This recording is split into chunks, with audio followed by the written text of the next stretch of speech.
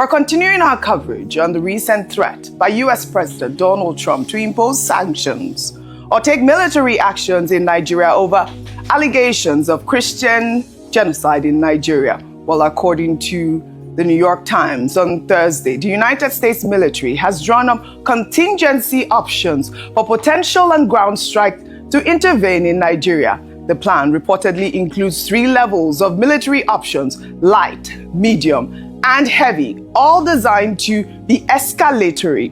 The light option involves partner-enabled operations where the U.S. would assist Nigerian forces in targeting Boko Haram and other militants. The medium option involves drone strikes on militant camp bases and convoys, and a heavy option would deploy an aircraft carrier group into the Gulf of Guinea with fighter jets and possibly long-range bombers conducting strikes deep within northern Nigeria. I mean, this revelation that, the Pentagon has actually drawn up strike plans escalates the crisis from rhetoric to potential reality. Well, in the meantime, United States Senator Tommy Tuberville has voiced his support for President Trump's threat of military action in Nigeria. Appearing on Fox News, the Alabama Republican senator backed Trump's position on alleged Christian genocide in Nigeria, endorsing potential intervention to protect Christians. Would you support U.S. troops going into Nigeria? No, you bet I would. 62,000 Christians killed in Nigeria, 100,000 killed in Africa, 18,000 churches burned. Now, there's a lot of evidence there, and that's probably an underestimate, John, but we cannot allow this to happen to people that can't defend themselves. It's just absolutely insane. If we need to get involved in something like this, President Trump could end that in a heartbeat. This wouldn't be like going into Russia or China or North Korea or Iran. This would be going and helping innocent people that would be able to take back over their country. It's a shame something like this happened, but we can't overlook it. We can't underestimate it. Well, the senator's remarks represents the first major congressional backing for Trump's threat to invade Nigeria, signaling that the president may have support among Republican lawmakers for military intervention. This adds a concerning legislative dimension to Trump's threats, suggesting this may not merely be presidential rhetoric, like I said, but could gain congressional support. In the meantime, in another development, U.S. Democratic Congressman Jonathan Jackson from Illinois released a statement in stark opposition to President Trump's potential military invasion, calling it a dangerous overreach and reckless, and that the answer is not American boots on the ground. In the statement, Jackson says in part, "Let's be clear. The sudden interest in Nigeria's internal conflict is not about human rights or saving lives. This is the same administration that slashed humanitarian aid across Africa now claims it wants to save lives through military action. Where was the urgency in Sudan, the DRC, or the Central African Republic, where hundreds of thousands have died and millions forced to be displaced?" Well, in that same statement, the congressman also added that, the path to peace in Nigeria must come through dialogue, dignity, and not domination, putting him, in stark contrast with, the Republican voices we have heard so far, which largely supports President Trump's potential plans.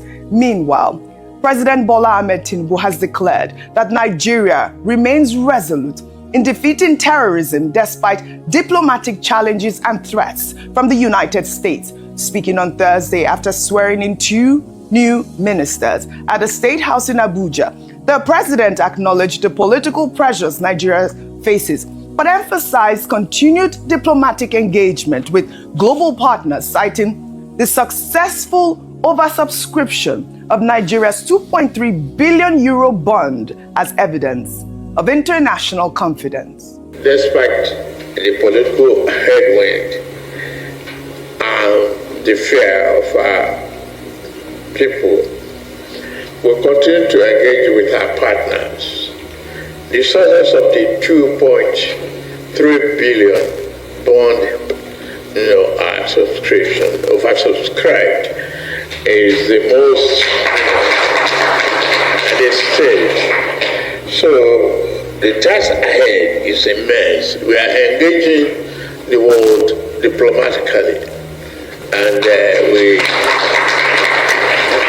assure all of you that we will,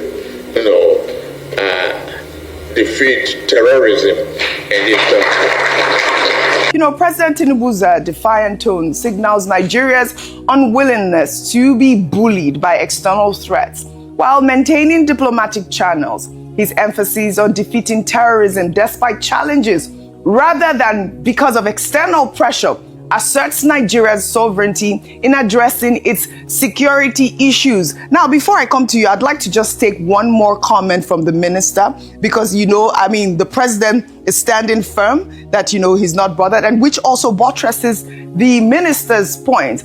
Well, the Minister of Information, Mohammed Idris, speaking after the Federal Executive Council meeting, assured Nigerians that the government is responding decisively to security concerns without panic. He emphasized that the administration remains calm, focused, and united despite external pressure.